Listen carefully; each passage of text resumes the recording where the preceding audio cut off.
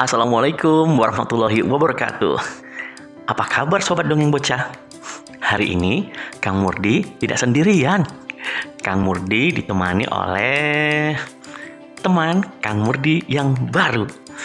Namanya Dokijo. Kita panggil saja ya. Doki, ayo sini dong. Doki, ayo ke sini. Katanya mau nemenin Kang Murdi. Webek. Assalamualaikum, Kang Murdi. Waalaikumsalam. Salam juga dong untuk sobat dongeng bocah yang lagi nonton. Assalamualaikum, sobat dongeng bocah. Webek. Doki, hari ini kita akan bercerita tentang apa ya? Webek. Tebak dulu dong. Doki mau nyanyi. Nah, lagunya ada hubungannya dengan cerita kita hari ini. Adik-adik, simak ya. Si kancil anak nakal suka mencuri ketimun. Ayo lekas dikurung, jangan diberi ampun. Webek. Ada-ada saja lagunya. Nah, sobat dongeng bocah, sudah bisa ditebak kan? Cerita kita hari ini adalah kisah si Kancil dan Pak Tani. Cerita ini permintaan spesial dari pemirsa setia dongeng bocah Adik Gifari di Kudus. Webek, apa kabar adik Givari? Oh iya, sebelum masuk ke ceritanya, jangan lupa sobat dongeng bocah yang belum subscribe, yuk subscribe, tekan tanda loncengnya juga ya. Terus like, komentar yang banyak, dan bagikan link channel dongeng bocah ke teman-teman yang lain. Oke.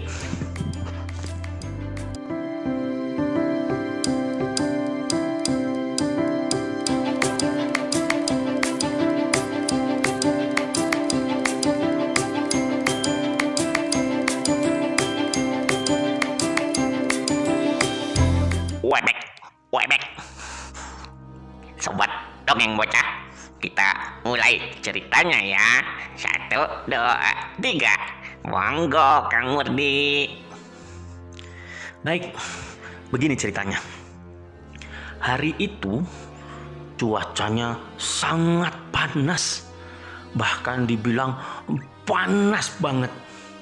Rupanya sedang terjadi kebakaran hutan. Binatang-binatang hutan pun berlarian keluar dari hutan. Mereka mengungsi. Ada yang ke sana, ada yang kemari, ada yang ke sana jauh. Nah, termasuk salah satunya si Kancil. Pas lagi panas-panasnya, si Kancil keluar. Terus capek dia jalan, akhirnya bukan lagi lari, jalan saking capeknya. Ketepak-ketepuk sendirian dia. Tiba-tiba terdengar suara kroyok.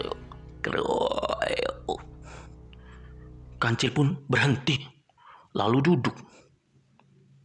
Suara apa tadi ya? Suaranya terdengar lagi. Kroyok.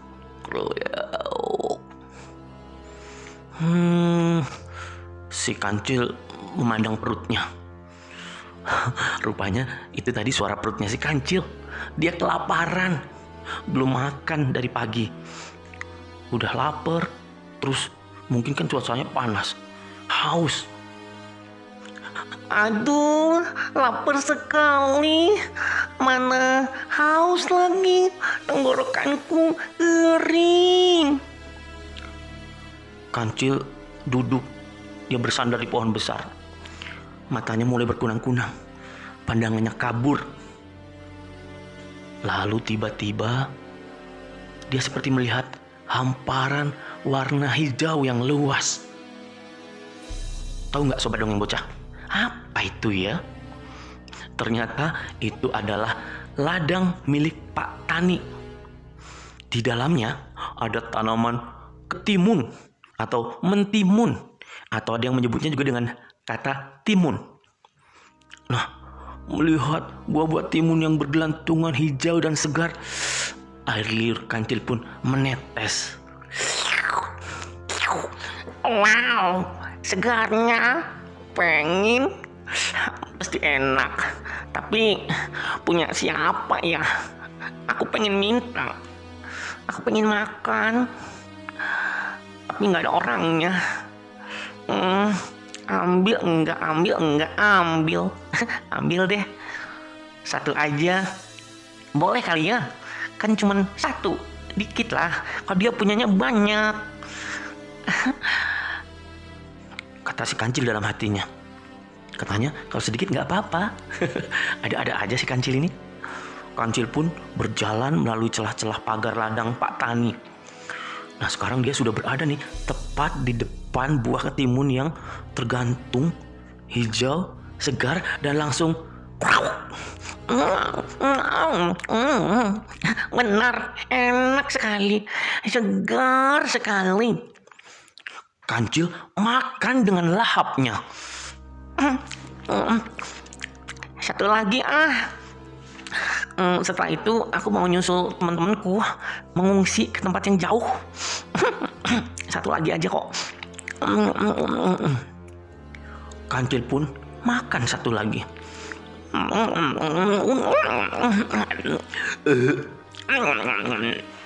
Dan satu lagi sampai ia kekenyangan dan akhirnya tertidur. Nah, pas terbangun, Kancil terkejut karena ternyata hari sudah sore. Dan ia pun segera berlari meninggalkan ladang milik Pak Tani itu.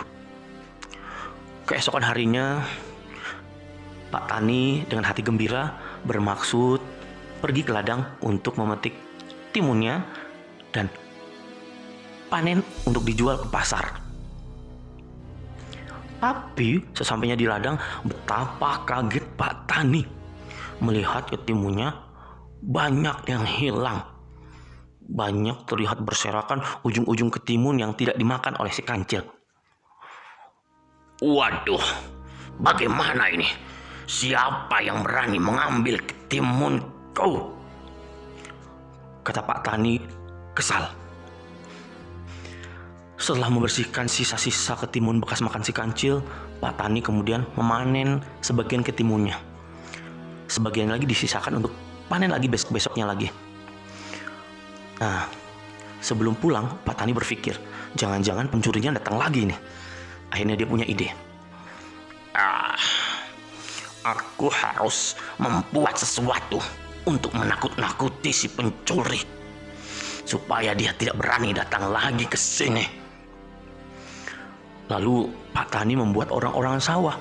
Dikumpulkannya jerami dan rumput kering, kemudian diikat menyerupai badan manusia, kemudian dikasih baju Pak Tani yang sudah lusuh, dikasih topi caping sawah itu punya Pak Tani, berdiri di tengah kebun, di tengah ladang timun tadi. Lalu apa yang terjadi?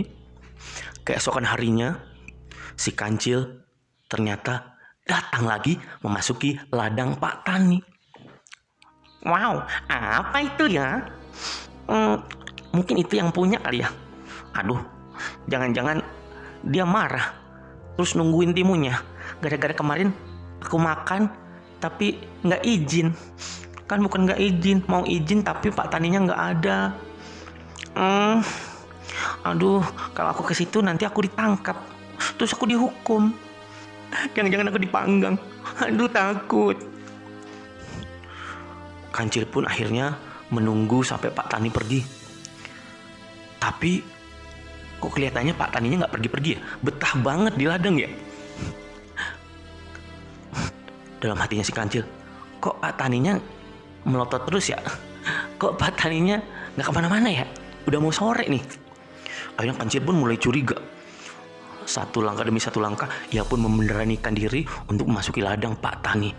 Dan benar saja, Pak Tani yang tadi itu diam saja, tidak menangkap si Kancil.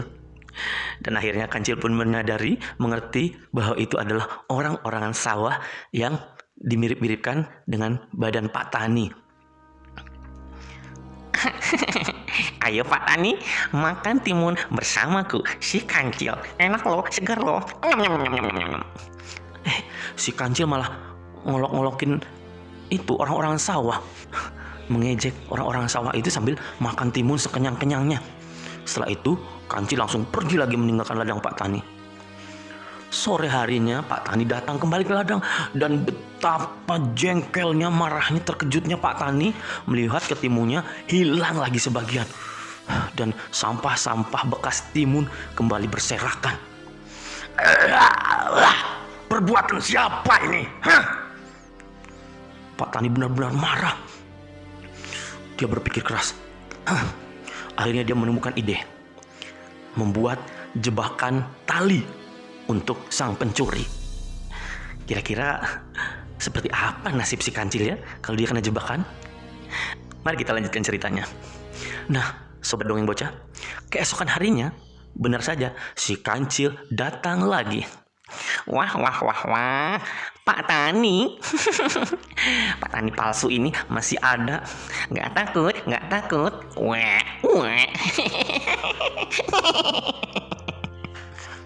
Kancil pun kembali memakan timun. Tapi kali ini, pada saat dia mulai menggigit dan kakinya melangkah satu langkah ke depan, seret! Tiba-tiba kakinya tersandung sesuatu dan kebrah! Kedua kaki depannya sudah terikat dan dia pun terjatuh, tersungkur dan tidak bisa bangun. Dia meronta-ronta. Semakin dia meronta, semakin kencang ikatan yang ada pada kedua kaki depannya. Tolong aku. Aku tidak mau disembelih oleh Pak Tani. Tolong.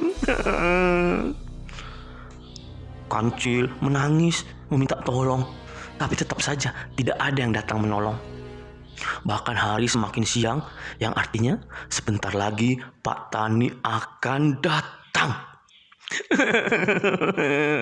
Tolong, bebaskan aku. Aku berjanji tidak akan mengambil milik orang lain tanpa izin. Maafkan aku. Aku benar-benar menyesal. Aku berjanji tidak akan mengulanginya lagi.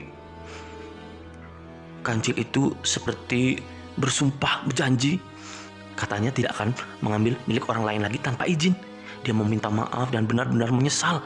Dan dia berjanji tidak akan mengulangi perbuatannya lagi. Tiba-tiba datang seekor siput. Dia berjalan melalui ikatan tali di kaki si Kancil. Dia mondar-mandir di tali itu. Kan kalau siput jalan tuh ada lendirnya ya, ditinggalkan. Jadi lama-kelamaan talinya itu jadi licin sama kakinya si Kancil itu. Terus dia melirik kepada Kancil. Hai Kancil, ingat janjimu, kata siput itu kepada si Kancil. Dan setelah itu ikatannya kan karena saking licin, dengan dibantu gerak-gerak kakinya si Kancil semakin longgar dan akhirnya kakinya bisa lepas dari tali jebakan Pak Tani. Kancil pun langsung berdiri dan berlari dengan semangat. Bahagia sekali dia sambil berteriak, "Terima kasih!" Nah, sejak saat itu ketimun Pak Tani tidak ada lagi yang mencuri, dan Pak Tani bisa panen dengan hasil yang melimpah. Sobat dongeng bocah, demikian tadi kisah si Kancil dan Pak Tani.